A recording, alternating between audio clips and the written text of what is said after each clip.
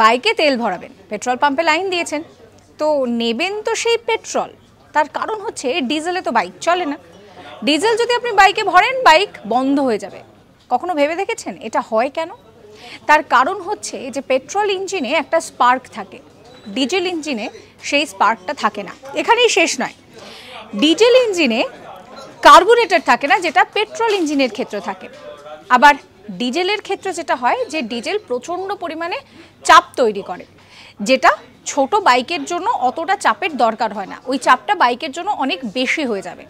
তার জন্যেই ডিজেল কিন্তু কখনো বাইকে ভরা হয় না। ভুল করে যদি বাইকে ডিজেল ভরা হয় তাহলে যেটা দেখা যায় যে বাইক কিন্তু একেবারে বন্ধ হয়ে যাবে। এছাড়াও ডিজেল ইঞ্জিন তৈরি করা যথেষ্ট ব্যয়বহুল একটা ব্যাপার, তাই জন্য বাইকের ক্ষেত্রে ডিজেল ইঞ্জিন কোম্পানিগুলো তৈরি করতে পারে না। এক্ষেত্রে তাহলে লোকসানের পথে যেতে হবে। সাবস্ক্রাইব করবেন আজ তাক বাংলার ইউটিউব চ্যানেলকে।